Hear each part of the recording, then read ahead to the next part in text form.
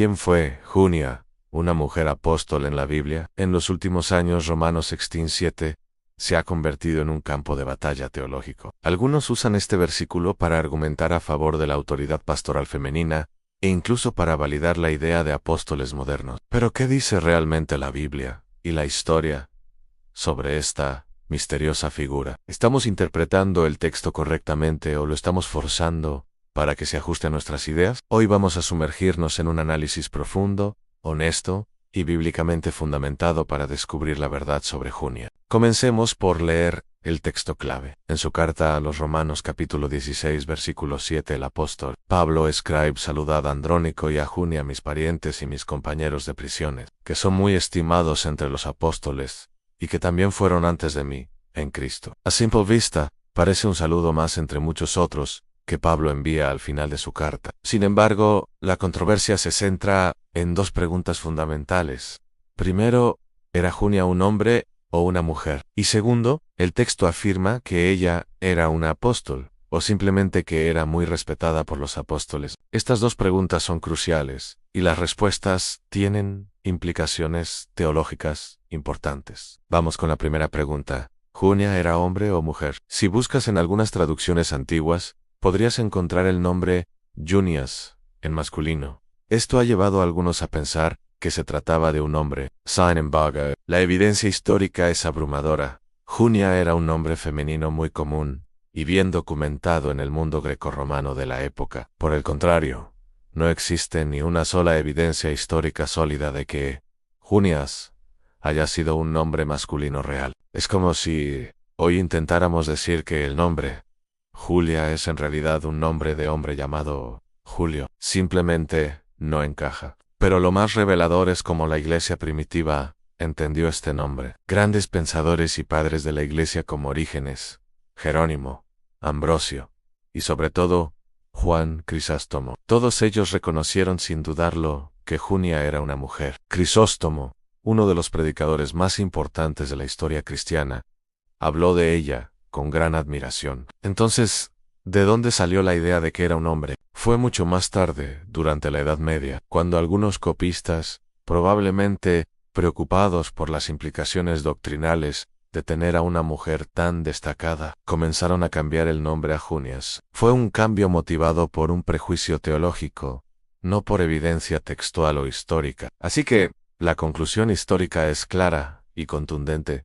Junia era una mujer. Ahora, pasemos a la segunda pregunta, que es quizás más compleja. ¿Fue Junia una apóstol? Aquí es donde la gramática griega nos presenta un desafío. La frase muy estimados entre los apóstoles se puede traducir de dos maneras, y ambas son gramaticalmente válidas. La primera traducción, muy estimados entre los apóstoles, implicaría que Andrónico y Junia eran contados como parte del grupo de los apóstoles, es decir, eran apóstoles. La segunda traducción posible es muy estimados por los apóstoles. En este caso, no serían parte del grupo, sino personas que gozaban de una excelente reputación y eran muy valoradas por los apóstoles. Ambas lecturas son posibles desde un punto de vista puramente lingüístico. Entonces, ¿cómo decidimos cuál es la correcta? Para eso, necesitamos entender qué significaba la palabra apóstol en el Nuevo Testamento. La palabra griega apóstolos significa literalmente enviado o mensajero autorizado. Sin embargo,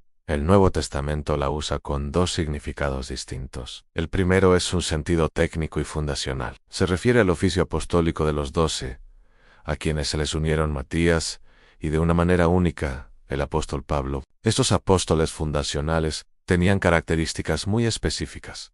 Fueron llamados directamente por Cristo. Fueron testigos presenciales de su resurrección y tenían una autoridad doctrinal única para establecer el fundamento de la iglesia. Como dice Efesios 2:20, la iglesia está edificada sobre el fundamento de los apóstoles y profetas, siendo la principal piedra del ángulo Jesucristo mismo. No hay ninguna evidencia bíblica de que una mujer haya pertenecido a este grupo selecto y fundacional. Este oficio, por su propia naturaleza, fue único e irrepetible en la historia de la iglesia. Pero también existe un segundo uso de la palabra apóstol, un uso más amplio o funcional. En este sentido, un apóstol era simplemente un enviado o un misionero, un mensajero especial de una iglesia, para una tarea concreta. Por ejemplo, en Hechos las 2:14 de la tarde, a Bernabé se le llama apóstol junto con Pablo, aunque no formaba parte de los 12 en Filipenses las 2:25. Pablo llama a Epafrodito vuestro mensajero, y la palabra griega que usa es apóstolon. Claramente, ni Bernabé ni Epafrodito tenían la misma autoridad fundacional que Pedro o Pablo. Eran apóstoles, en el sentido de ser enviados, misioneros, muy respetados y trabajadores. Entonces, volviendo a Junia, si aceptamos por un momento la traducción de que ella era muy estimada entre los apóstoles, es decir, que era llamada apóstol, ¿en qué sentido lo sería? Sin duda alguna, tendría que ser en este segundo sentido más amplio. Junia, junto con Andrónico, habría sido una misionera excepcional, una trabajadora incansable en la expansión del Evangelio, tan destacada que se ganó el título de enviada. Esto no es algo menor. De hecho, es un honor inmenso. Pensemos en lo que dice Juan Crisóstomo al respecto. Él exclama: «Cuán grande es la devoción de esta mujer que fue considerada digna del apelativo de apóstol». Crisóstomo reconoce su liderazgo, su valentía y su servicio extraordinario al Evangelio, hasta el punto de ser llamada enviada. Sin embargo, es crucial notar que ni Crisóstomo, ni ningún otro padre de la Iglesia usó el ejemplo de Junia para argumentar que las mujeres debían tener autoridad pastoral o doctrinal sobre la Iglesia. Reconocieron su grandeza como sierva de Dios, pero dentro del marco bíblico de liderazgo que ellos entendían, y esto nos lleva a las implicaciones teológicas para hoy. Actualmente, algunos grupos intentan usar la figura de Junia como una especie de palanca para cambiar toda la estructura de liderazgo bíblico. Argumentan que si Junia fue un apóstol, entonces las mujeres pueden ser pastoras, obispos, o incluso apóstoles modernos, con la misma autoridad que los hombres. Pero este argumento tiene varios problemas. Primero,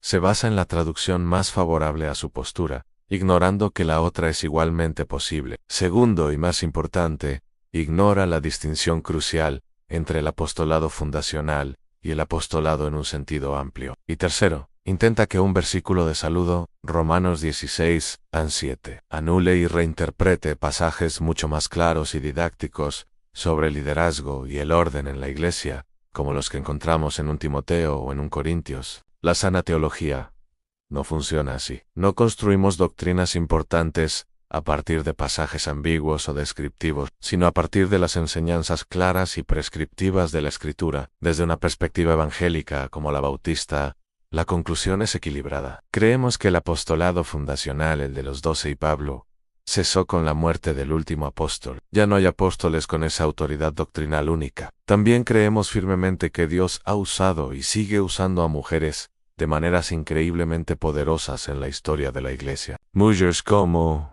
Junia, Priscila, Febe, Lidia y tantas otras fueron colaboradoras esenciales en el ministerio de Pablo y en la expansión de la fe. La igualdad espiritual entre hombres y mujeres en Cristo, como dice Gálatas las 3:28, es una verdad fundamental. Pero esta igualdad de valor y dignidad ante Dios no elimina la distinción de roles y funciones que la propia Escritura establece para el orden en la familia y en la Iglesia. Entonces, ¿quién fue Junia? Fue una mujer valiente, una creyente destacada, compañera de prisiones de Pablo, muy probablemente una misionera, pionera, que sufrió por el Evangelio. Su fe y su servicio fueron tan extraordinarios que se ganó el respeto y la admiración de los apóstoles fundacionales, y quizás incluso el título honorífico de enviada o apóstol, en un sentido misionero. Su vida es un ejemplo inspirador para todos nosotros, hombres y mujeres, de lo que significa